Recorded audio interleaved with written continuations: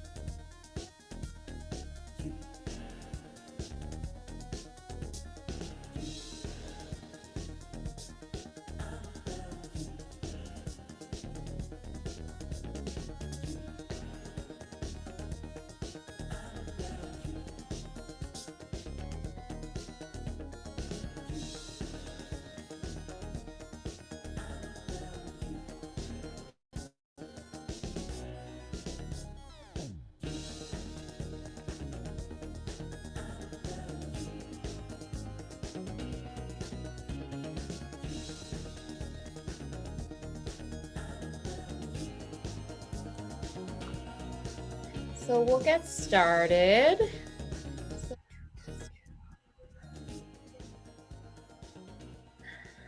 All right. Thanks you everybody for joining us. This is our second virtual youth panel. It's very exciting to see folks and just to get to know some of the youth that are here. My name is Alyssa. I think I've introduced myself, or you know me. So with Western Arctic Youth Collective, and we're doing this as a series of youth panels, activities, and presentations and workshops that all align to themes and messages out of Project Create videos. So a lot around mental wellness, mental health, life promotion, cultural identity, so much important things there. But I won't take any more time. I'm going to ask you each to say quickly a little bit about yourself. And then each of you, after we do a quick roundtable of that, will get to share a bit more about yourself. And any questions that kind of come up, I've got some, and I've got some youth who are just trying to connect to the right link. So we'll get that started. But yeah, let's go in the order. Saba, Ashley, then Amie. Hi, everyone. So my name is Saba. My pronouns are she, her. I was invited by Alyssa to come and talk about mental well-being, and I'm really excited. So I grew up in the Yukon. I'm Zooming from Whitehorse, Yukon right now. And I'm currently a student at the University of Toronto remotely because of COVID. And I'm finishing up my Bachelor of Arts degree there. I'm also a freelance writer in my free time. And I'm currently running to be the Yukon NDP nominee for the riding of the neighborhood that I grew up in. That's a more recent development. Life is busy, but very exciting. And I'm glad to be back in the Yukon.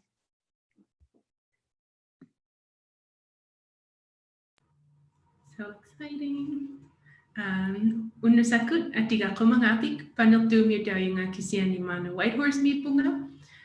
Good afternoon. My name is Ashley. My traditional name is Kumangapik, and I grew up in Banilto, Nunavut, also in Iqaluit and Nova Scotia. But I've moved around a lot, but I'm based here in Whitehorse right now. And I'm working for Yukon, a local nonprofit here with community co-working and workshop spaces, which is pretty fun. A lot of my work experience has been in mental health and working for mental health based nonprofits. Currently working with Kids Help Phone on the Indigenous Advisory Council, as well as a bunch of other random volunteer things. And I just stepped down from running for a nomination here in Whitehorse. So I'm glad to support from the sidelines for Saba. And thank you.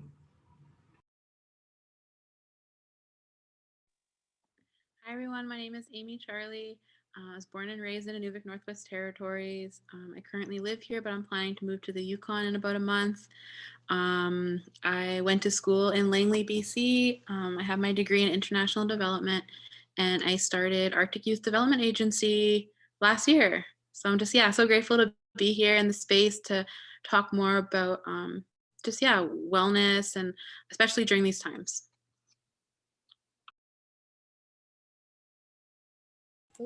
Thank you so much, Amie, for sharing and for what you do. And as we have folks starting to finally connect now, Saba, do you want to share a little bit more about what mental health, wellness means to you? And of course, I've heard you speak before. Talk about some other things and realities in the North. Very open to things like that. This is a safe space and a welcoming space. Awesome. Thanks, Alyssa. So I didn't prepare any sort of script, so I'll kind of talk a bit freely about just generally what mental well-being means to me. I think it's something that's evolved over the kind of years that I've grown up. Initially, I think the way that I understood mental well-being was a very sort of rudimentary understanding of, you have to take care of yourself and do kind of basic tasks and, check in with your parents and let them know how you're doing as a kid. I think mental wellness was a sort of abstract concept to me for a really long time. And I never really felt like I was able to kind of really grab on to what that meant and hold on to it for long enough to feel myself kind of pulling myself out of like poor mental well-being until very recently. And I think that now what mental well-being means to me is something that's very holistic. It means having a life that feels fulfilling and knowing the different ways to take care of myself in a way that's kind. And I think that treating yourself with kindness takes a lot of practice and it takes a lot of work, and you can't do it alone. And so for me, especially trying to figure out how to take care of myself has meant knowing not just how to reach out to people, but with what kind of asks, and knowing what support network to build. I think that for me personally, especially during the pandemic, my biggest ability to maintain mental well-being has been being able to reach out to my community and knowing that I can reach out to different people for different things, and never being able, like, so it kind of allows me to not feel, guilty for overloading on one person and having different supports for different things. So for example, there are days when I feel really stressed and I reach out to Ashley and we talk about election things and imposter syndrome and all of these anxieties that we can relate to each other on. There are some days when it's just too hard to get out of bed and I text my mom and, we have a conversation. There are some days when I'm really stressed about writing and I'm able to reach out to a friend who has some experience and we can kind of relate to each other. So knowing how to reach out to people who can help you in different areas of your life. I think that that's really valuable. You don't have to go it alone. I think for a very long time, I felt like I had to excel and do everything and surprise everyone that I was doing so well. But it's once you kind of open up about that feeling of imposter syndrome, it turns out that a lot of other people feel that way, and it really destigmatizes that feeling of like, do I really belong here? Do I really deserve this? It really is validating, and I think having that peer validation, everyone is going through their own unique experience, but having someone by your side and multiple people by your side throughout these different experiences to kind of validate your fears and your anxieties and also validate your accomplishments and your successes, that is really uplifting and really important. And I've only really recently been able to kind of learn how to cultivate that through a lot of other kind of years of support. Another aspect of mental well-being for me is therapy.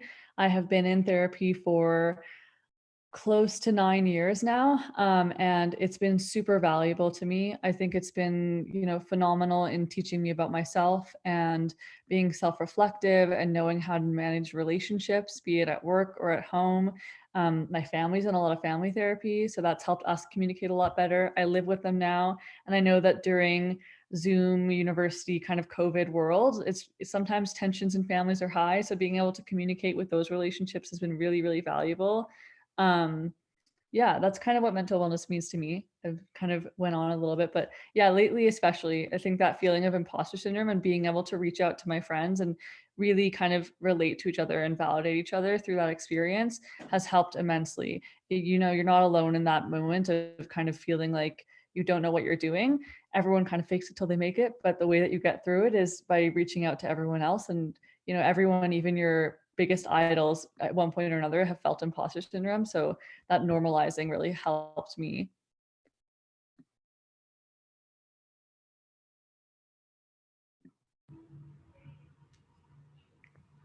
Amazing. Thank you. Sorry, delayed response. Okay. Yeah, no, that's so great. There's a lot I just want to ask you, but I'm going to ask Ashley. Share a little bit about what mental health wellness means to you. It's such a nuanced thing. I feel like every year I grapple a different part of mental health and mental well-being, because this year I actually celebrated 10 years in therapy, which is a really great thing for me. I feel grateful that I've been able to especially receive therapy, having the fortune of living in Nova Scotia when I first started therapy, and just having that access to psychologists, psychiatrists, and getting diagnosed with depression and anxiety pretty early to help start identifying triggers, identifying all of the different parts of my mental health, because my mom went to residential school. A lot of my family did. And so it's quite inherent how a lot of pains are in our family. And while there is trauma woven in our DNA, there's a lot of resilience. And so I feel really grateful to see so many people in my family just supporting our communities, people supporting each other so deeply. And it makes me feel really good having the opportunity to do events like this, where I can advocate for mental well-being and how many different services and how many different options there are, even if we don't have specified counselors in our home regions, especially if we're in rural or northern Canada. Then there's always Kids Help Phone. There's amazing resources, whether you want to text, call, or anything in crisis. There's a lot of opportunities on their website to read through a lot of their materials and find out coping mechanisms and stuff like that. Because I know when I've been in crisis before, I've called Kids Help Phone, and they've been able to help me, talk me down into more of a calmer state of mind, because it is definitely such a nuanced part of well-being. I feel like there's new things to learn all the time, and having studied psychology in university, having a bit more of an intimate knowledge of like almost like validating what I'm feeling, because even though I know how I'm feeling and I know it is valid, it's still nice having to connect the dots, being like, okay, this chemical imbalance is what's causing this, and this is why I'm feeling really anxious right now. And so I've been very fortunate throughout, like, well, education was a big part of what made my mental health get quite worse, especially I've worked quite a few different sectors as well, whether it was like nonprofits, tourism, I've worked in a penitentiary, speaking and advocacy, a lot of things that generally do make me anxious, whether it is public speaking or working in a penitentiary. It's a lot of being very vigilant as you're just doing your job, and also feeling immense sympathy and pain for people that are in disenchanted or like disadvantaged positions and feeling almost helpless. And so there's like so many different pieces and facets to mental well-being, and like the work that I've done, especially like I tend to work and foster burnout. I really like having too much on my plate and then getting very exhausted. But luckily, through all of these different like areas of learning, whether it's through work or if it's through going through events like this or just support from friends and family like Saba, it's been so nice to just like, especially during COVID times, find other ways to foster the mental well-being instead of fostering the burnout. That's been a really big part of just my journey lately, and yeah, just not letting my mental health slip so much as I used to. Sorry, that was pretty rambly, but I hope it made sense. It makes perfect sense to someone like me. I was just going to type. I forgot I was not on mute, but I was going to type in, good topic. How do we prevent burnout? Right? That's an important subject to think about as someone who's playing a fine line of emotional and mental burnout and has been for a while. Amie, do you want to share a little bit about what mental wellness means to you, or mental health, however you want to frame it? For sure. I can relate to both of you. Like Saba with the imposter syndrome, and Ashley with talking about burnout and the realities of that and taking care of yourself. I had a very, very toxic work environment back in 2019, and it forced me to even go on stress leave. And I was stressed about being on stress leave. And an advisor of mine told me straight up when I was done my stress leave, she said, Amie, you need to like take care of yourself, take good care of yourself. And I don't think she realized what those words meant to me, because it really, yeah, it was just really, I think just with my mindset of just taking care of myself in that situation, because I had just been like, work, and you get caught up in that when if there's a an environment where there's bullying and harassment are the norm, it's so hard to have that balance because it affects you so on many different levels. So navigating through that really like put me into, I went into counseling. I'm a huge fan of therapy and counseling.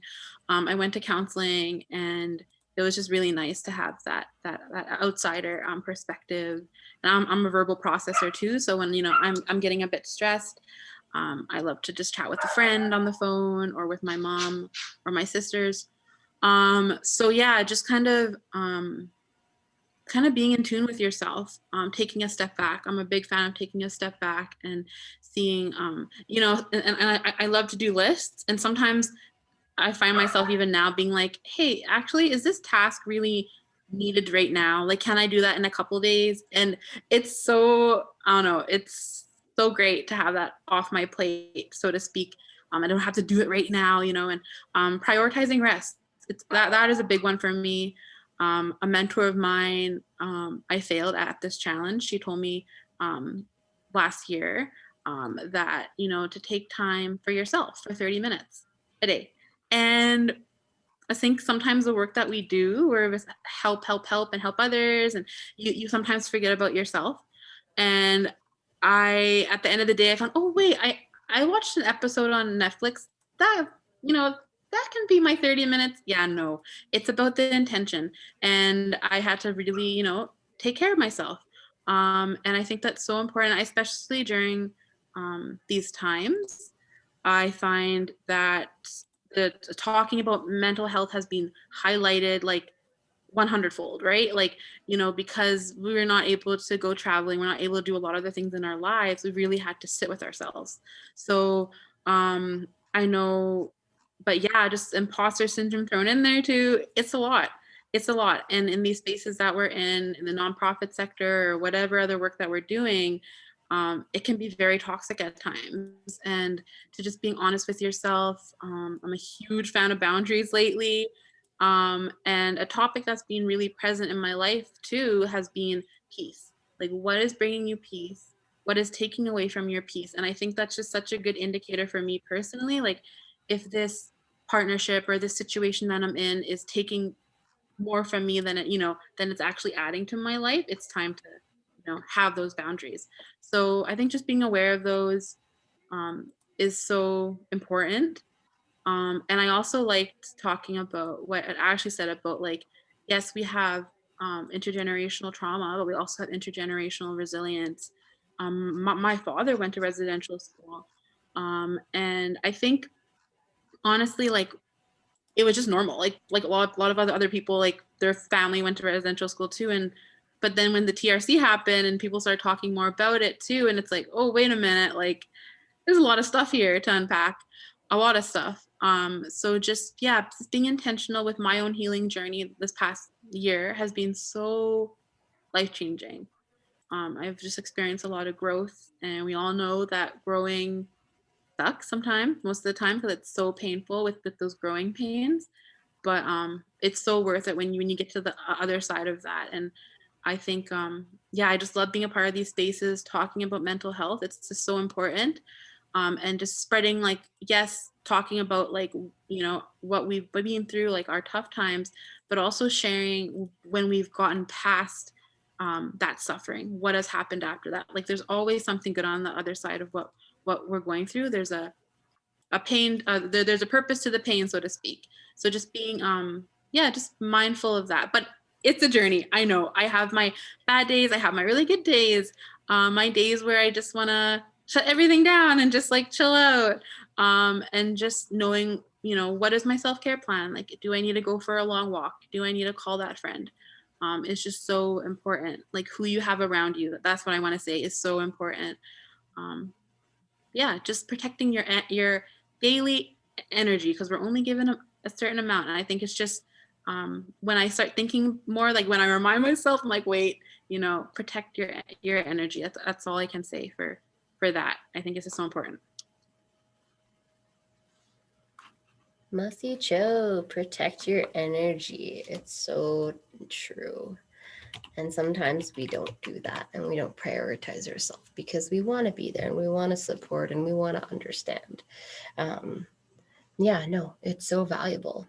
Would anyone else like to kind of share, build off? I don't want this to be structured. I want this to be informal. I want you to jump out, be like, I relate to that, because it's helping, again, normalize how important these conversations are and how important these subjects and considerations are, and reminders, these gentle, kind reminders. Would anyone else like to share? One thing that I really appreciate hearing from Amie is the importance of boundaries. That has been a life-changing thing for me in the past, like, 3 months. I don't know why I didn't do it sooner, but the thing that made it click, thinking, like, yes, I do need to do this, was I was talking to my counselor about all of the stressful things and how I accepted all of these things being added onto my plate. And then she said, Ashley, you have to lay down to be a doormat.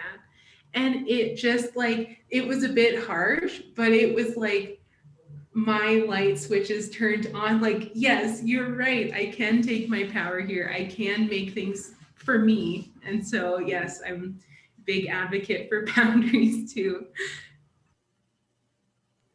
Yeah, I definitely agree. It's difficult to implement. I feel like it sounds good in theory, but sometimes it takes a lot of practice in reality. It takes a lot of kind of trying again and again, but I definitely agree, especially Amie, you talking about how in NGO spaces you're there to kind of offer your support, and you are so invested in the values of the organization.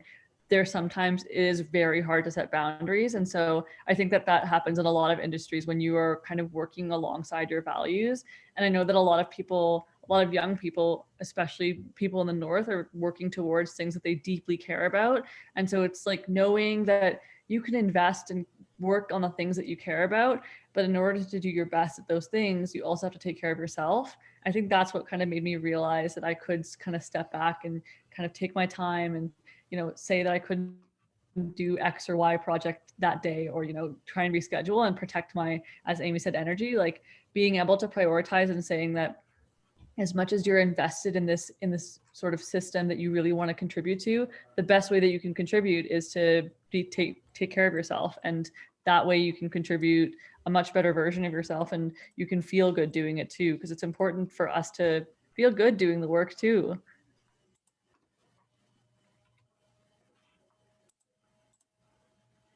I think that was something that was actually mentioned a little bit in the first panel, is talking about how important this type of work is, and how do we make space and support youth who are being asked constantly to share your voice, to contribute to your community, to be in leadership, to go to school and all those other kind of stuff. But how do we manage that? Like if you had some folks that we can pass along all this information to, what would you want to say? Because I will share, ministers and things like that can be here where we were hosting this in the NWT, but this is things that they're going to see this, they're going to hear this. And I know you folks are in the Yukon, but it's just as something as valuable. I'm sure there's not going to be much difference between just the two territories. So what would you share about that? What would help you as a young person show up in the way you want to show up? And yeah.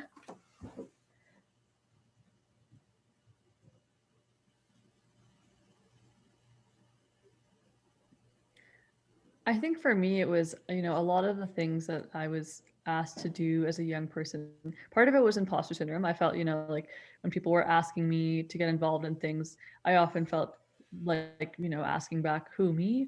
So I think having that kind of really validating the work that people do, besides, our positionality and our identity, being able to hear feedback about the actual work that you're contributing makes you feel more kind of in the driver's seat of what you're contributing. And I think that as a young person, a lot of people were telling me to get involved or represent X or Y, issue or talk about something, but I never really knew why they asked me, or what I could contribute. And I think that that really, really helped. And I also think as we kind of begin shifting conversation towards actually valuing marginalized voices, that also comes with things like honorariums and scheduling time, and knowing that you deserve to get paid or benefit in some way from the ways that you contribute. I think that that matters. I think that a lot of people are going to ask young people to do things for free, and that has become kind of the expectation in a lot of industries. That shouldn't be the case. I think you deserve to be rewarded for the work that you put through yourself through and you contribute. Doesn't have to always be financial or monetary, but being able to be supported by the people that are asking for you to contribute. At the end of the day, you're helping someone else out when they ask you to be part of something.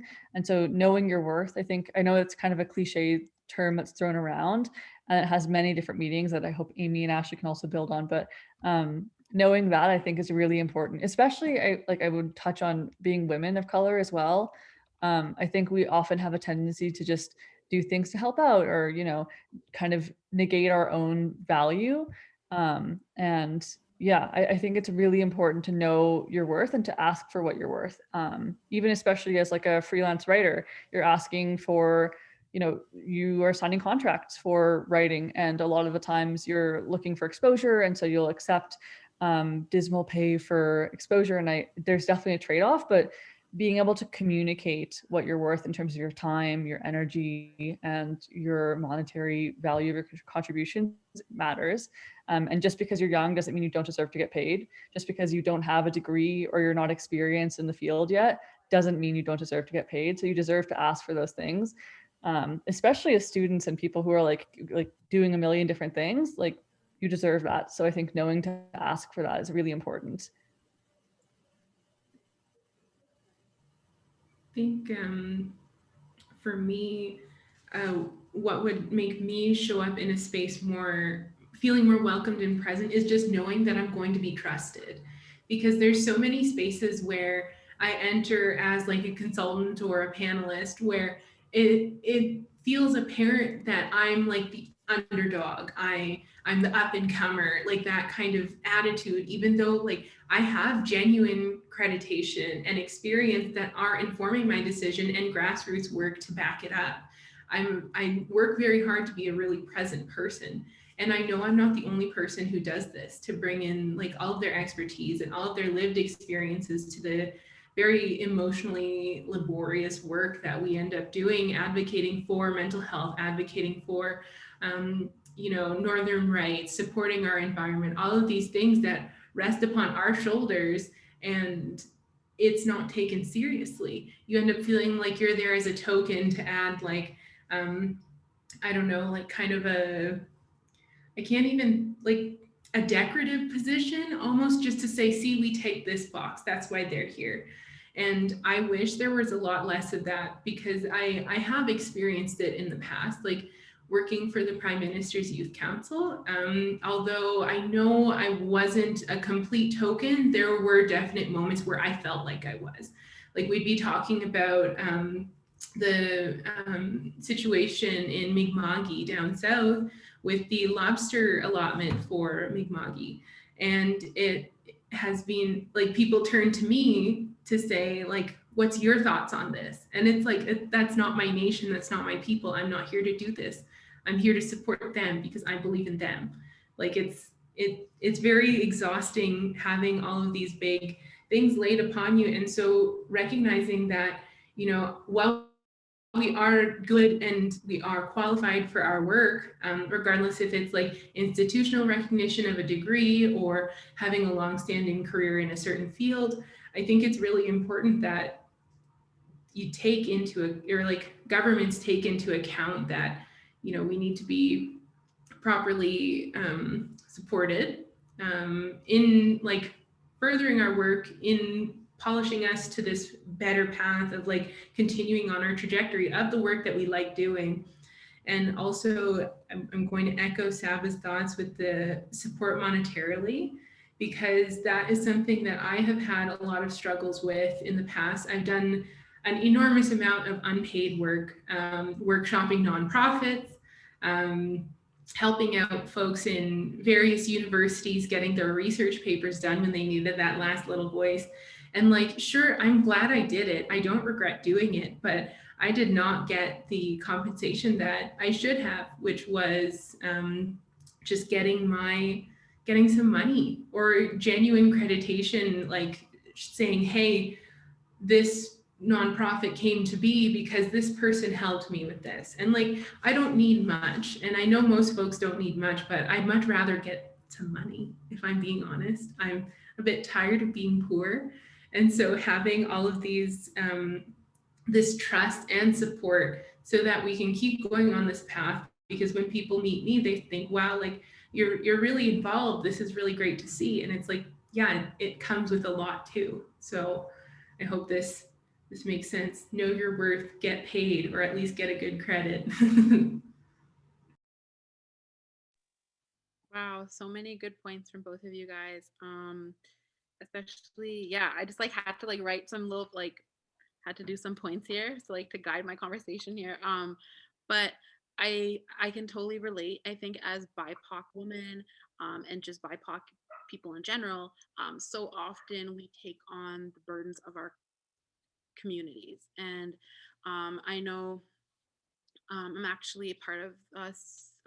My fellowship is going to start soon, with an organization that prioritizes that. Like that is why they have the fellowship that I'm going to be a part of, is because they've realized that it's an Indigenous organization, the Indian Collective, and they've realized that like so often, yeah, we do take on those burdens of our communities, and they kind of had to take a step back, the founders, and be like, what did we need in these spaces when we were that age or when we were doing the work that we were doing? And it was really the support. like the space and the freedom to, yes, to be financially backed, that you know, you don't have to worry, you know, as you're doing this work, because I find so often when we're under resourced, we still do a lot of great work, but what kind of like the question of what's going to happen if we are actually given those resources to do our work, like to actually fully funded, we didn't have to worry about that, and to do like magic, you know. And magic can come from, you know, we're under resourced, but it can also be really helpful in making those, you know, those dreams a reality for our communities. And I think yeah, what Saba was saying about like knowing your worth, and I think to really know your worth, you need to know who you are, and to know who you are, you need to know where have you come from and where are you going. And a lot of people, a lot of youth in our, you know, as Indigenous people and BIPOC individuals, we don't know where we came from, and that's a lot to do with you know, just intergenerational trauma, and the, you know, just the legacy of colonialism, residential school. And to really like that kind of brings to mind of like, how do we find out who we are, and you know, how do we find where we came from. And that kind of goes on to what Ashley was saying about, we're not just tokens, to have that true community engagement, and that's really community engagement. You know, you're not, because I've been in spaces where they just check the box and they're like, okay, you know, youth, you know, we just need 2 youth, and they just grab any youth, like, oh, come on, like, come to this event, we need youth. Or like, or they just throw in like, you know, a couple of elders here, a couple of elders there, and you do feel tokenized, you know, and that they did literally just check the box, but with their feedback forms and all that jazz.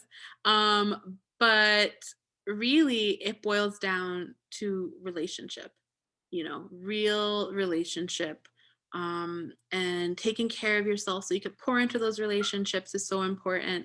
But yeah, relationship is at the heart of anything, like business, whatever you're in. If you're like a medical practitioner, or you're a politician, definitely, you know, it pours into relationship is what it's all about. So, you know, with that being said, again, know your worth. I can't agree any more than that. Like, that's so true. And it's hard though. It's really hard to be where there's a lot of ageism present and ableism. And there comes the imposter syndrome again, but really kind of, yeah, just kind of looking back to where did you come from? Like the people that came before you, they're so, you know, we all come from very strong people to be where we are now. And I think it's so important to acknowledge that in the spaces that we're in. And I think that gives you a little oomph too, you know, like, wow, we come from resilient people, those people that, you know, yes, we have trauma too, but we also have resilience. And it's so powerful when, that's what I'm passionate about, is when we're helping others realize that they're powerful in their own right. And that, you know, as women, you know, to know your worth in those spaces is so revolutionary, really, to be like, you know, I'm capable, I can do this job, here's my invoice, you know, it's just, yeah, it's good. Yeah, no, I totally agree. I the last line of like, here's my invoice, that's so powerful. I even, this is like a little bit of an aside, but I've lately, I think like many of us, I'm assuming, have been really deep diving into TikTok, and some of the TikToks I've been seeing have been about like rewriting your emails to sound less apologetic. Even little things like that, I've had to like really practice at, and have all contributed to kind of like being a woman in this space and being young, like kind of just practicing reshaping your language to sound more authoritative. And, you know, again, if you're being asked by someone to participate in something, it means they like want to help, they want you to contribute. So you should, like, you know, say how much you deserve, and express it in the way that you write your emails, in the way that you chat, in the way that you send an invoice. I think, Alyssa, you asked a question about what it's like running. I can talk a little bit about that, and then I can hand it over to Ashley. We've had somewhat different experiences. So I never intended initially to run. I came back during the summers. I was at the University of Toronto, but I grew up in the Yukon, and I knew I wanted to come home in the summers. The Yukon has an awesome program for students working in the summers. And so I kind of got my start working at the office at the NDP. You know, I wasn't super interested in the kind of political arena per se, but what I found super appealing was the work environment. I really lucked out, and I often tell them at the office that, you know, if I had, they've kind of spoiled me for many other workplaces in that it was a very supportive and very collaborative office that was really intentional about the ways that they mentored me. You know, they weren't just mentoring me in terms of teaching me about policy or all of these different office aspects, but they really cared about the relationship they built with me. Like Amie was saying, that office is really intentional about the relationships, and it really comes from NDP leader Kate White. Just going to give her a shout out. She's been a wonderful mentor during the summers, but also during the year. She really made a point of reaching out to me when I was at school and stressed out and checking in and seeing how I was doing. You know, that kind of environment made me think about even running. You know, when I was first asked, there are many things that run through your head when you're asked to run. And one of the main things that I asked myself was, can I see myself enjoying this work? Because at the end of the day, you know, you have to feel fulfilled in your work in some capacity to, at least for my personal mental well-being, being able to feel fulfilled and have a purpose, and also to feel supported in a work environment is really essential for me to, at the end of the workday, feel like I've taken care of myself. And so upon answering that question and wondering what it would be like to continue working in that office, that's what made it appealing to me. And then I thought of sort of the grander aspect of, you know, running an election and campaigning and canvassing and doing all of that kind of stuff. But the fundamental sort of thing was, do I feel supported by this community of people at the campaign office, but also at the legislative office? So during the campaign, will I feel supported? And should I win, will I feel supported kind of going on, because it is a long-term commitment if you do happen to win. And so, yeah, I really had to think about that. And it took many months, many coffee chats with people from the office, Kate White and our chief of staff. We had many, many different conversations that were quite lengthy, and I would come with my little notebook full of questions. And, you know, I did also talk to a professor of mine who's a bit of a mentor about the idea of running. And her first kind of advice, I guess, was to, you know, make sure that you get your kind of questions or your desires for how you want this work to look like in writing. And that's not exclusive to like political experience or political candidacy. I think that if you're talking with anyone about a potential job, make sure that they like, you know, all the kind of bells and whistles that they're throwing at you when you have those meetings, like make sure it's in writing, make sure that it's not just a casual kind of conversation, and make sure it's in writing. And then you kind of feel confident going into that decision making. That's really helped. I'll quickly like pivot to one other facet of candidacy that's like been really interesting, I think, is the notion of like kind of being out there, being publicly perceived, having people know who you are. I recently got a haircut. My hairdresser had seen me in the paper and pulled up had a conversation. It was a lovely conversation. She's great, but it was definitely like a new feeling of, you know, I grew up in this town, so everyone's really familiar, but it's a different level of kind of being perceived. And that comes with a lot of other anxieties. And so it's kind of being able to, the way that I've kind of been able to get through it. And I'm hoping that I, you know, will be able to use this as, you know, once the election is actually called and it becomes kind of more intense and, you know, more publicly kind of viewed, is having that core group of people to ground you. Every day, you'll read comments, or you'll think about the ways that, you know, people who you've never met before have opinions about you all of a sudden.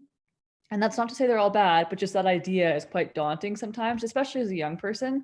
But at the end of the day, being able to text a friend like Ashley or have dinner with my parents and, you know, go to the pottery studio on Saturdays, doing these like kind of little routine things with the people that are in your regular life that ground you, that make you feel whole and human and comforted and safe and protected, and you're in a trusted environment. You don't have to, you know, worry about how to word things or how to be perceived. Like that feeling is really, really nurturing and really healing at the end of the day of kind of being publicly perceived.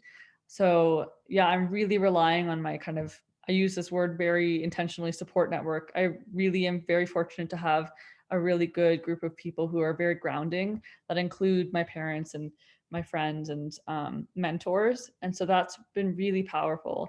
But it does come with a whole host of other kind of, anxieties. It's a field that's very dominated by white men. So there's like, you're bound to feel a lot of imposter syndrome being a woman of color. And yeah, but I am also very excited. It's been really exciting. It's been really validating. Yeah, so I'll pass it over to Ashley. Well, I think Saba encompassed the logistical stress of it all really well. And I did have a different experience. So I was recruited by Saba and Kate White, our NDP leader. And I'm very thankful for both of these amazing women because they were just so immediately holding me up and trying to help me with my imposter syndrome. And it was just a very supportive environment. So the whole office, I feel very supported by. And I hope to continue working in a different capacity for the election season. I think with politics in general, I'm really enamored with the process of politics and making changes to the system to ensure that our communities are genuinely supported and wholly supported as they are. Because like there's so many different nuances, like in the riding that I tried to run in Mountain View, one of the nuanced things is there's a highway expansion project going on right now, and there's been a lot of miscommunications and not really taking in the people who live in Hillcrest, the subdivision, their opinions on how it should be so that they can ensure a safe commute to work, whether they're biking, walking, driving, whatever. And so that's one example of like just how frustrating it can be when the people who are living in the area aren't feeling supported by the system. And so that's something that I really know that I want to keep working towards in my career, is having the opportunity to make change in the community that I can see and that I can enjoy the change that has been made. And yeah, with the office, I do feel completely supported with the NDP. I'm very proud to have been able to run with them, even though it was in a contested nomination. So Michelle Friesen was, I don't know how to word it, I stepped down from the running. And so Michelle Friesen will be the NDP candidate for Mountain View, which is really exciting.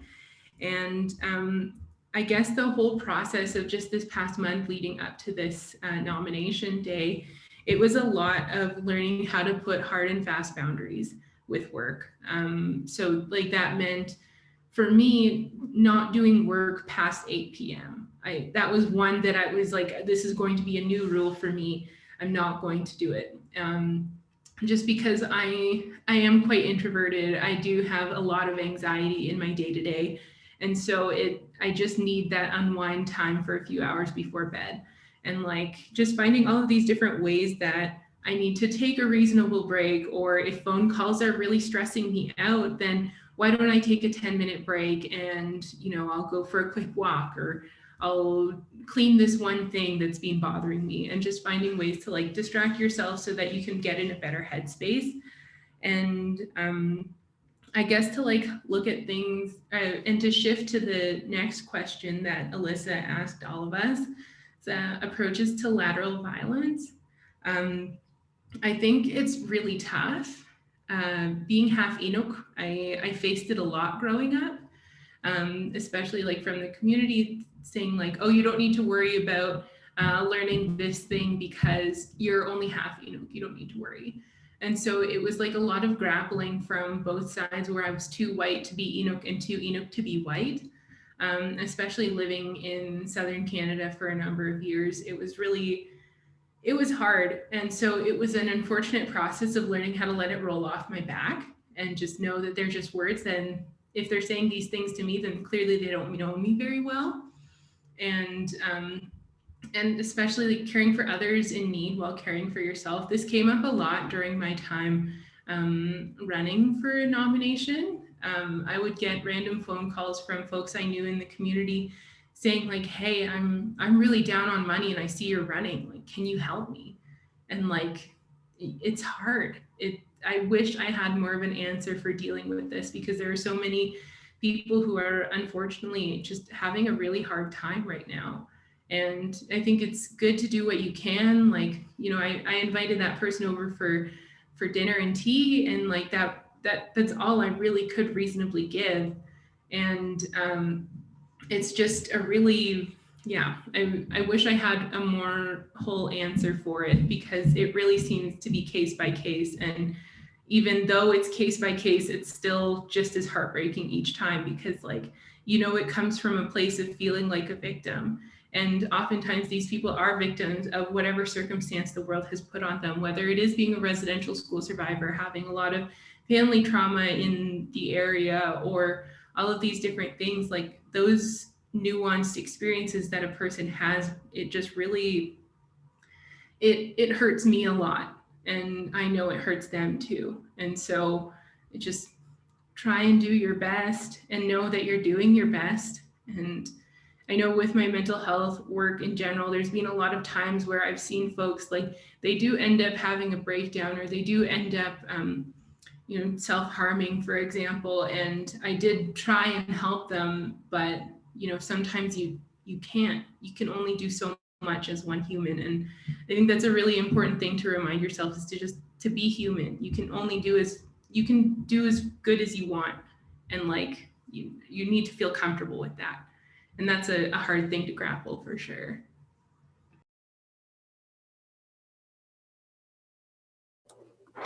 Amie, would you like to speak on the question that is there? Yeah, sure.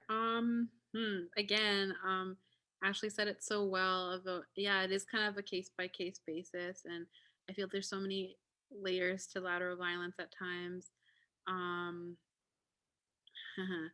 Yeah, you can only do so much, but I think again, it comes back to really taking care of yourselves in that space. And it hurts when it's like within your own family, or when it's within like your own like indigenous group, when there's a lot of lateral violence with that. I know even just growing up here, I encountered a bit my fair share of just being, you know, not fully Gwich'in. You know, I'm Casca, and I'm also like non-indigenous. So like there were a lot of times when people were like, oh, you're not really that Gwich'in, or even within my own family would kind of like my extended family would kind of make comments like that. And it was just really, I don't know, it was a struggle. And I think each person is different with this, because, you know, each person has different backgrounds and experiences. But again, I would say boundaries. So for example, like with some of my family members who were, you know, verbally abusive to me and mentally abusive, I took the steps, like I say, like 10 years ago even, to be like, no, I'm no longer putting myself in those spaces anymore. But sometimes, yeah, it's hard. I think a whole other thing with like, that could be a whole other topic with boundaries, and especially with family, it's like extra hard. But yeah, you can only do so much, but for others, but I think it comes down to, yeah, taking care of yourself. A friend of mine told me these words, I think a couple of years ago, and it just stuck with me. She said, Amie, show up for yourself like you show up for others. And that hit me. She was like, how often do you go, if you're meeting a friend for coffee, you're going to show up there early, you know, you're going to be there on time. But for yourself, you know, are you taking those same measures with yourself? And I was just floored, because I hadn't been. I'd be putting myself on the back burner a lot, especially with working, and then like going to university too. That's a whole other ballgame. Being away from family, your culture, everything. Yeah, taking care of yourself. I can't stress that anymore. And I think by taking care of yourself, knowing that you deserve better than the situation that you may be in, you know, knowing your worth, that translates across everything in your life. And, you know, confronting the bully at times and being like, this is not okay. Like, you know, maybe like, I care about you, but how you treat me, I can't accept that anymore. And, you know, but yeah, it's a case by case basis for sure. Thank you all. Those are very both challenging questions to answer. And thank you for just sharing honestly, because that's the best that we can do in this time. We're approaching the hour mark. Wow, that went by very fast. Is there any other questions or things that you would like to share on this topic? Like, even when I think of what this was called, the session title came from the intentions of why our group was asked to help coordinate this event. It was based on those videos. And I'm not sure if you had a chance to watch them. I very much encourage you to, because I think a lot of what they're talking about relates to many of us here. But when we think of pride among our cultures, and when we think of pride that exists in our community, what does that mean to you as a young person, especially living in the North in these times? And you're all so very incredible and inspiring, even just here and sharing. So what does that mean to you?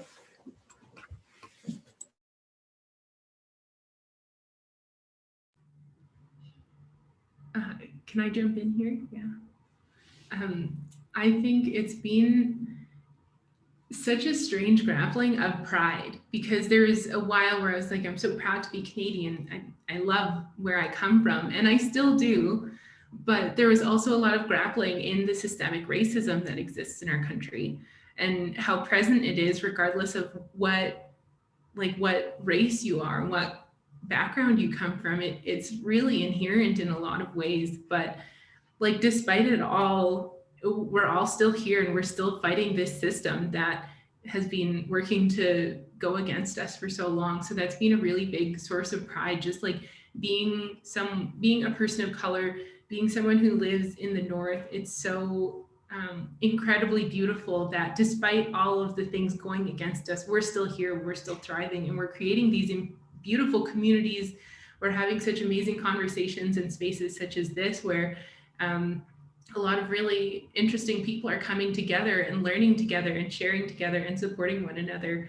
And so it really ends up being the individual people that brings pride for me into like whatever space I might be in, whether it's, I'm with my aunties and I get so proud thinking of like how excited they get when they go fishing, and like thinking about when I'm at work, how excited everyone is to learn a new skill. Like, all of these different spaces foster such important parts of like who we are and where we come from, and like where our passions lie. And it's really phenomenal to see that pride exist in people, and like, the finding joy in the little things. Whether like the other day at work, I had to clear out a sawdust vent, and I was so proud of myself for getting it done. And so there's so many different nuanced ways of looking at pride and community, and like, just, yeah, I think it's a really cool thing. And I think it's so beautiful to find all of these simple and complex joys in your home,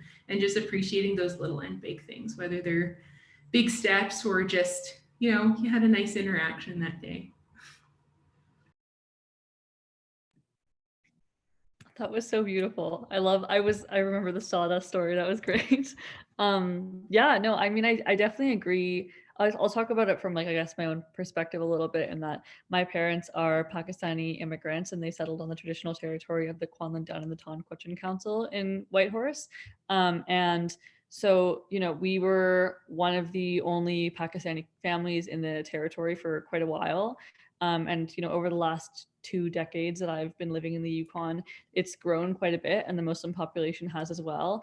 And so that feeling of kind of, I personally have very little language skills in my parents' like mother tongue. I have very little connection to Pakistan, but I also often felt, not ousted, but quite a bit on the outside of a lot of the community of my peers growing up, as a kid especially. And so I watched some of the Project Creates videos, and they were beautiful. I really loved how people were able to grapple with identity in such an artistic way. And I think that as young people, our identities are still being formed. I think that that's something that's really important. And I would encourage everyone to take away from this is that, we're all still young, and we're all still forming our identities and finding out what we love to do. And so you don't have to have it all figured out. I certainly don't. But I'm, starting to reconnect with different aspects of Pakistani culture and learning how to cook from my mom. And, before the pandemic, we went back to Pakistan for the first time in many years. And I felt connected to my family in a way that I hadn't before. And it's also about connecting with your community here. I was in Toronto for the better part of the last 4 years and coming back in the summers, but I haven't been back in the Yukon during the winter in a long time. And so learning kind of new skills with this community that you grew up with as well, and rekindling relationships has been wonderful. That's caused a lot of pride, I think, in seeing how, like, I'm really proud to see how all these people that I kind of passed through in life and, you know, interacted with at different stages of my life. It's so cool to see all of us kind of growing up and becoming our own people. So I feel a lot of pride for them, and that kind of mutual pride is really, really heartwarming. I feel a lot of it for Ashley. Ashley and I knew each other in high school, and we reconnect often, and it's really wonderful to see the different ways that we're growing. And yeah, it comes with a lot of time, and so you don't have to have it all figured out. But yeah, having a sense of self and really going after what you think is interesting, and you don't have to be excellent at it, but just, yeah, taking joy in the little things, like Ashley said. I'm really citing Ashley here because she did such a wonderful job. Yeah, it's been a journey for sure. Yeah, how do I take pride in like my culture? So a little background about me is that I grew up with my mother's people. She's part Gwich'in, and my grandmother comes from Oak Crow, Yukon, so I have that Vuntut connection. My grandfather grew up in a Klavik, so kind of background is like the Tetlit Gwich'in origins, and then my father, his mother is Casca, and I have that connection to Watson Lake in the Casca traditional territory. And then my father's father is actually from Northern Ireland. So it's very diverse, to say the least. But I'm so thankful that I was able to grow up in a family that taught us to embrace all aspects of our culture, that we're just not one or the other. We don't have to choose. All these cultures make up, you know, our own individuality, which was really beautiful. But I come from strong people. There's just so many stories on all the sides of my family. I have a huge family of just stories of resilience that are being passed down, and I think that's just so beautiful to know that that resilience still, you know, I could tap into that resilience is, you know, that's why we're still here. I think just the just saying we're still here is so powerful. And I've been hearing that a lot these past few weeks, which is very interesting. And I watched the Project Creates videos, and I really loved the videos from Greenland. The airplane video really stuck out for me, and I like wrote it down. There's like a quote in it that really hit me. It said, "I feel the ways of the old times speaking to me in the now." And wow, I was just blown away by that. It gives me goosebumps when I like read that, and I feel that. I love the story. Like my late great grandmother, Dr. Reverend Ellen Bruce, she was a spiritual leader for the Gwich'in people, and the story of her. It gives me the chills every time. Every year, no matter how old she got, she passed away when she was 98. She would walk up Crow Mountain right in Old Crow, and she would pray for the caribou to come, and she would pray for her people. And just that image of her, it's just so beautiful. And to know that, you know, our people are strong, and that, you know, we're here for a reason in whatever area of life that you're in. And I know there's so much pressure at times too to you know, I think when you're in high school, you're told, get to go to school, gotta get a degree, and it's just like, oh my god, and there's so many things going on. But what I've really learned is that you can do it all, but in seasons. And that's brought me so much peace. But just knowing where I come from, and learning where I come from, that's a whole other thing too. I'm excited to move to the Yukon to reconnect with my family there, and to you know, learn to what it is to really be Casca and on that land. And the land is a whole other story. And I think the airplanes touched in it too, the video from Greenland about the connection to where your ancestors walked. That's special. That's really special. And I'm so grateful that by being in so my dad's not Gwich'in at all, but he's lived here for like 30 years. Well, now he's the chief of Liard First Nation now, actually.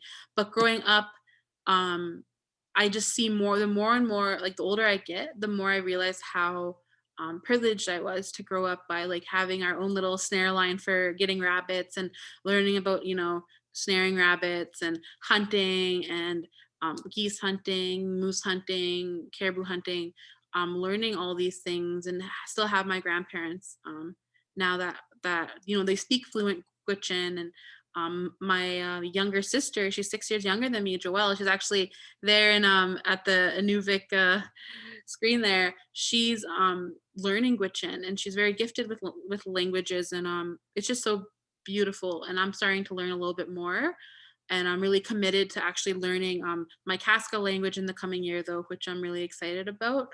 But yeah, the importance of place is so beautiful, like where our people have come from. Yeah, I just think it's such an honor to just talk about like our own cultures in this space. Yeah, I just really enjoy talking with you guys both about this. This was such a special chat. My heart is very warm. Mine too. Oh my God, you are all just amazing. I was like, instincts were right. You guys are all just gonna like make it all work. We have about 20 minutes here. Is there anything else we want to build upon? Amie, you touched on so many things, even just the emphasis on land. And I love that you're echoing the Greenlandic video. It's beautiful. We have someone from Greenland who's participating Thursday. She's very vocal online about mental health and realities. But is there anything else we want to speak about, want to share? We've got 20 minutes left. I don't want to end this. I want this to keep going, but at your own pace. Ashley, go ahead. Okay, thank you. I was just thinking about the land aspect. I think that's so beautiful and important. Like it feels like it really connected with me because having moved around Canada a lot, especially in such a short period of time, like I found myself trying to find pieces of home wherever I was at. And the biggest thing that was the connector for me was mountains. Mountains were usually some way, somehow, wherever I was at that moment. And it was a really grounding thing for me to like, even if I were new to that community, it was still a beautiful way for me to feel proud of that community, feel like I know this community, like there's at least this familiar thing that can ground me. And yeah, that's why I have the zigzags on my tattoos, is because like all the mountains have always been so important to me wherever I've been. And like it's interesting traveling and seeing all of these beautiful parts of like wherever you find yourself, and then also managing to find home in certain people.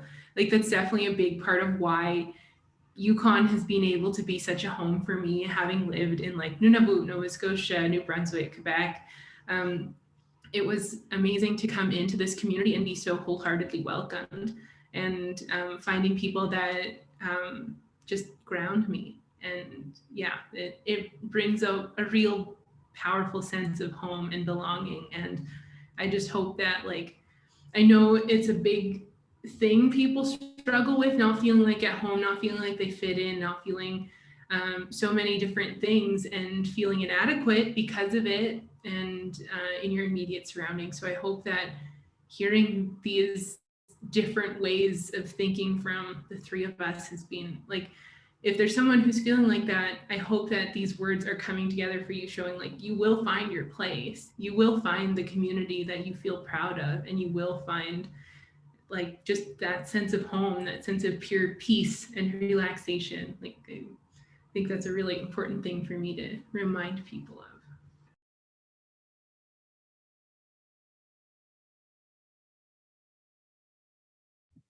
Yeah, I can add a little bit too.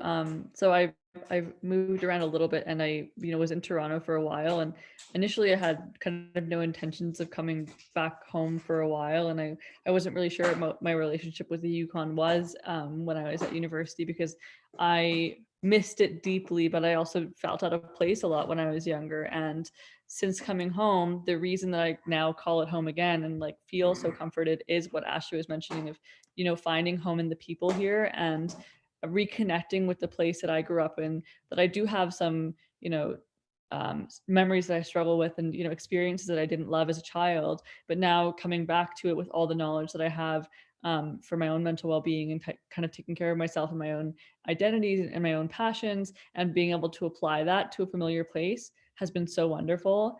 And so, yeah, I definitely want to echo what Ashley was saying of, it's so normal to feel out of place, and it's so okay to feel out of place, and you will find your place eventually, and it will be wonderful when you do.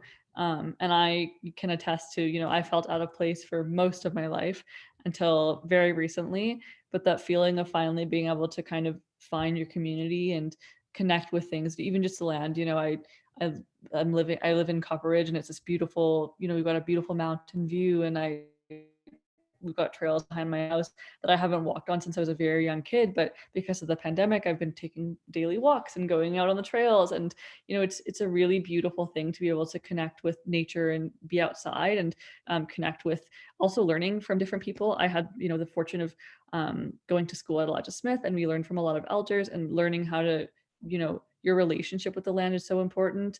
And learning from your community has been really wonderful too. Being able to kind of listen and learn from the people around me and that are in my life has been really valuable. That's kind of why I feel connected to home now. But before, it was a long and hard journey. But yeah, and it's okay if the place where you grew up doesn't feel like home, and it doesn't have to. You might find another place that you absolutely adore and you choose to stay there. But I really encourage you to, if you feel like rejecting the place you grew up in, eventually you will have rekindled that relationship, I hope. Wow, I love what both of you guys said about just the themes of connecting to the land no matter where you are, and how powerful the land is. In times when you don't feel like you belong, the land is still there. And that I feel like the land is just so healing. I remember this crazy story that I'll share. I heard I think last year. I don't know. These years are just a blur now since it's COVID. But I think it was last year where this lady shared with me that her aunt or something had cancer, and this old man told her, I think it was by the mountains in Aklavik or something, or McPherson, he told her to go up the mountain and lay on the ground at this like certain place. And she did. And she went up a couple times, and they found out that because they said like they couldn't do anything for her pretty much like with her cancer. And then she went up to this mountain, and she actually like laid down over this place on the ground. And then when she went to the doctors, they were shocked that the cancer was gone. And just hearing stories like that is just, I don't know, it just gives me the chills, and just how powerful our land is. And it's so healing. I know, I think we're all taken aback when we go out into the bush and or just are camping or something, and it's so quiet, and we just realize how loud life and the distractions of life have been. And it's just so cleansing for just for our own selves. And yeah. I want to just hop in and add one thing too. That story, oh my God, I have goosebumps. That's so profound. And I really agree about the whole idea of land being healing, and that I think for a lot of us we're young, and we're stuck on our laptops all day, especially because of Zoom University. And you can begin to kind of not really feel like you're connected to your body, and you're just ahead producing knowledge, and you're kind of constantly just looking at your laptop. This summer, I was pretty intentional about going out and canoeing, or just going out to go fishing, or going out to any sort of body of water, because that's what I find calming. And there was a moment this summer when I was with Ashley actually, and we went to Carcross, and we were at Lake Bennett, and I was standing in the lake, and there was a moment of realizing that like you are just one person, and the universe is so large, and these mountains will be here for far longer than you will be. And the things that you're stressed about are inconsequential at the end of the day. And so you will still be there. The mountains will still be there. The water will still be there. And it's okay to just accept that. And like making my, my problems feeling smaller in a way when I'm outside is so, so powerful and so comforting. It reduces a lot of my own anxieties. And I think that I would just encourage, everyone who is around our age and studying and working and doing everything online, especially with COVID, really try and push yourself to get outside as much as you can, because it is very just daily. Even like you don't have to do like a huge trip, just go outside and just try and absorb nature, and the quietude of it is really healing for sure.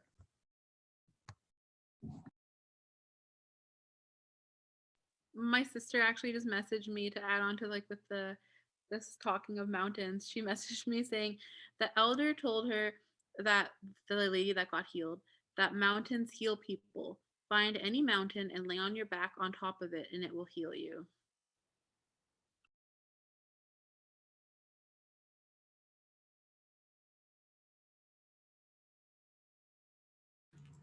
So amazing. I'm looking at the chat now and I see a few questions.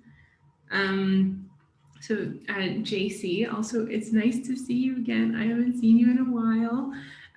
But advice to people struggling with mental health and personal wellness and wanting to enter politics. I will say that it's harder than you think it's going to be. I wish I could put it in nicer words, and I wish I could put it in a more digestible way, but it was a lot harder than I thought it was going to be. I knew it was going to be hard, but I had a lot of physiological responses that were just telling me now isn't the right time for you. Because I know in my brain that I can do it. I can, but I don't think I would come out the other side the same person that I am now. And I'm feeling quite secure in who I am now, which I'm very thankful for, thanks to therapy. And like, it's really important to be very mindful of how you're feeling. If you're wanting to get into politics or even just further advocacy, it's really important to like listen to your body and how you might respond. Like I had to do a lot of panels on high suicide rates in Nunavut really specifically, and it would be discussing in front of like upwards of 100 people and getting really pointed questions on how we need to fix this. And like, that's a lot of emotional labor. And I was 19 at the time, and it's exhausting. And I noticed after my chest would feel hollow. And so it was just like, now I realize that is a bit of dissociation thanks to the depression, anxiety. And like, it's important to really sit down with yourself, take a minute and breathe and identify, okay, where am I feeling tight? Where am I feeling this heaviness or whatever? And if you're wanting to enter into politics, you have to keep that practice in you, because there are, like Saba said, you're inevitably perceived. There's so many different ways to just be perceived, be judged before people even know you, or like people that like you do know them and having their opinions completely change of you all of a sudden because, oh, you're somehow not what they expected or they're not what you expected. And it's just a really strange, nuanced thing with a lot of surprises that come in.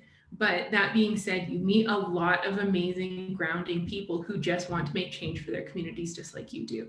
So it's like a big like pro and con list that is almost equally balanced. So it's a really important thing to like have these check-ins with yourself really frequently to make sure you are supported, you are feeling okay. And if you're not, how can you help yourself and how can others help you? Yeah, actually, you hit the nail on the head. I definitely agree with all of it, especially the aspect of listening to your body. That's something that I think a lot of the knowledge of that I can attribute to a lot of therapy, and it's a really powerful skill that I would encourage everyone to develop. Is really work hard on paying attention to how you physically feel. I know as someone who is, I'm very cerebral and I'm often, always operating on like a very, I'm constantly thinking. And so I have, I used to have very little time for my body, and that can come at a cost. And I think that it does take, it's a really powerful skill to sit down and really ground yourself and know how you're feeling in your chest, and, relaxing your eyebrows, and like relaxing your shoulders and putting your feet on the ground and reminding yourself that you're here and you're okay.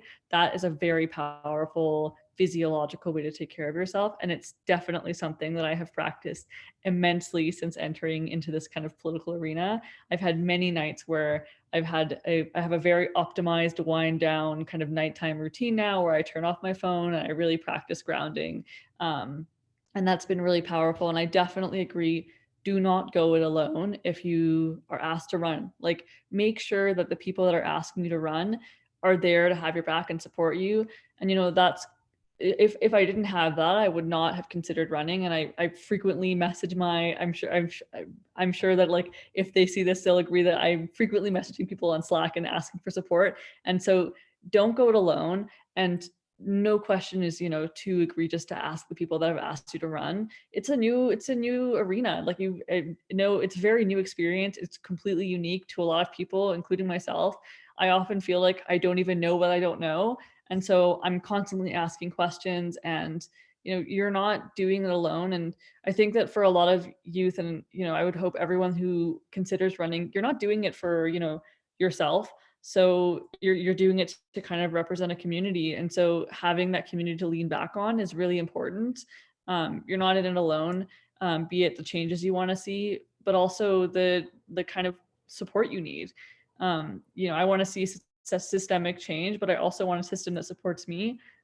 So I am relying on things like therapy and having dinner with my family and messaging and calling my bosses and the campaign manager and the leader, Kate White, to ask for advice and tell them when I'm feeling down. I've had many, you know, moments of reaching out to them and telling them, like, are you sure? Like, I feel unsure. And they are quick to, you know, have a meeting and like chat with me about it. So definitely, like, if someone, typically, like, when you're asked to run, like, if you're interested, you know, definitely reach out to people. People are really I guess, like, very open, especially to youth who want to get involved in politics nowadays. But again, know your worth. When people, if someone asks you to run, you know, be really, like, take it seriously and consider all the aspects of how it'll change your life. And if you can really, if you're in the right place mentally, physically, financially, you know, energy wise to take it on, and really take it, you know, very consciously and intentionally make that decision. And and again, I think, like, I'll cite Ashley in this. It's like, it's never too late to protect yourself and put down boundaries. I think, like, it's totally okay to run in a nomination race and then, you know, step back and say, you know, this is for another time in my life. That's totally normal. You're never, like, in it forever. You're never going to be locked into it. So you're allowed to kind of check in with yourself and realize that this is for another time. But yeah, I encourage everyone to get involved. And I guess I'll be a little quicker with this, but I really did want to mention about the with, like, struggling with mental health. One thing that I learned kind of the hard way when I was a teenager was that you can only help your peers so much. There is a point where you have to send resources, or, you know, attach your peers to resources. You are just one person. And, you know, when I was a teenager, I was a 15-year-old, and a lot of my friends were 15. And there are some mental health crises that require a lot of professional help, and, you know, kids help phone and getting counseling and getting on the right medication and talking to adults. And so I know this is a youth panel and there's a lot of youth that are listening. So I would really reiterate that you do not have to be the be all end all solution to your peers' mental health crises. I know we all, as very empathetic people, want to help our friends out, and I definitely relate to that. But I also think that, you know, sometimes the best way you can help a friend in crisis is to connect them to the right resource and not try and do it alone, because that can be really, really powerful. And it's also a way of protecting your own mental health as well, and setting boundaries. You can be supportive and be an excellent friend without shouldering your friend's mental health concerns alone. Yeah, that's my spiel. You can't hear us at Byte, but we're clapping. Well, I am, and I'm just bragging to my team how amazing you all are. And I just got a smile from some of them when I said that. Oh yeah, and just kind of building upon that is my colleagues have reminded me, like, Safe Talk is such an important workshop when we create awareness around creating suicide alert communities. And you brought upon a really significant point here of that we go through in this. And I, for someone who is from the North, who's Indigenous, who is very passionate about mental health and realities and trying to encourage others to get the help they need. You brought up such a huge point that I think I learned a lot later, but how important it is when you're like, okay, they need more than what I can offer. And also, I don't have a lot to offer sometimes. I'm overwhelmed myself, and I'm still someone who experiences depression and anxiety. I'm someone who has a history of someone who's had thoughts of suicide. And it's just so important to talk about that and encourage others to get the help, because there are people who do want to and have it. Not everyone is the best sometimes, but it's just knowing what's available is super important. And that's what we kind of talk about in Safe Talk. And for folks who are in Inuvik listening, there's Safe Talk tomorrow at the community hall from 1 to 4 p.m. I really encourage you to go. It's a really important workshop that I encourage everyone to take. And sometimes take it more than once, because sometimes you need to hear it more than once and from a different perspective that delivers it. And yeah, it's a really great one. And I saw a hand up, Amie, if you want to speak, and then maybe we'll just close off some closing words, folks. And just, yeah, thank you so much. This has been great.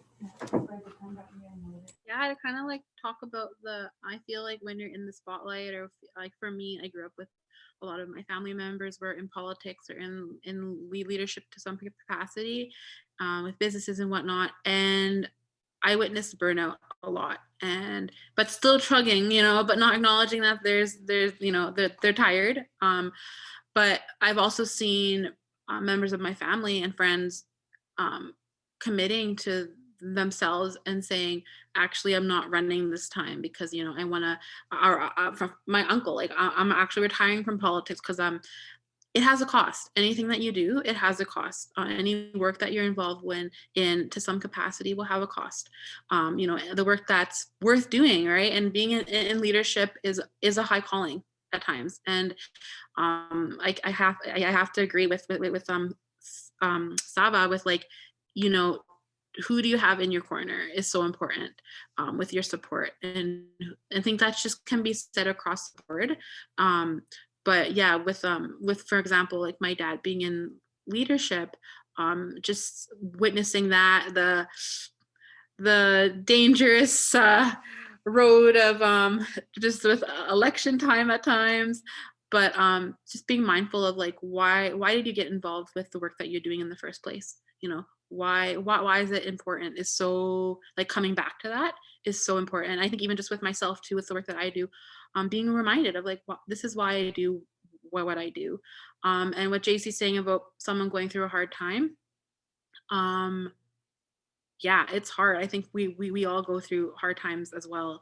And I've been through my fair share of dark times. And what I can say is that there's only certain things that you can learn in the dark times that you can't learn when it's going good. There's a lot to learn in those trying times. As hard as it can be, that's where growth happens, really. That's where you get, strong. That's where it's, endurance is developed. But it sucks. I know. I've been there. And as someone who has struggled with suicidal thoughts in the past, I can say that if you just hang in there and you push through, there is beauty on the other side of it. Yeah, that's a whole other, I think a whole other chat that we can have, but I can full well say that suffering serves a purpose, that there is purpose in the suffering that you go through, in the hard times that you're in. I wouldn't be who I am today if I didn't go through those things. That's just a fact. And to just be mindful of that and be, don't take things so seriously at times too. Like, it's okay. Like, like, I think Saba was saying that like the mountains are still going to be there. You're still going to be there after all this is going on. Yeah, to just be gentle with yourself.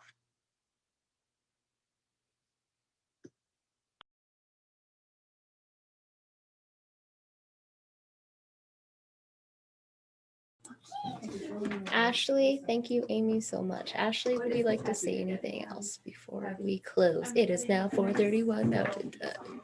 Thank you. This has been so nice to connect with people. Amie, I hope when you're in town, we can go for coffee or something. I'm like, yes, connections. Well, everyone, thank you so much for making time on your Tuesday afternoon to share and answer so many a range of questions and so many lessons learned, so many reminders here, and I'm just so grateful for that. And yeah, everyone else have a really good day. Lots to think about and reflect on. And yes, please check out some other things. This is recorded for people. Watch yourself and just see how amazing you all are. I encourage it. Take care of yourself and do something for you tonight. Bye-bye. It's so cute.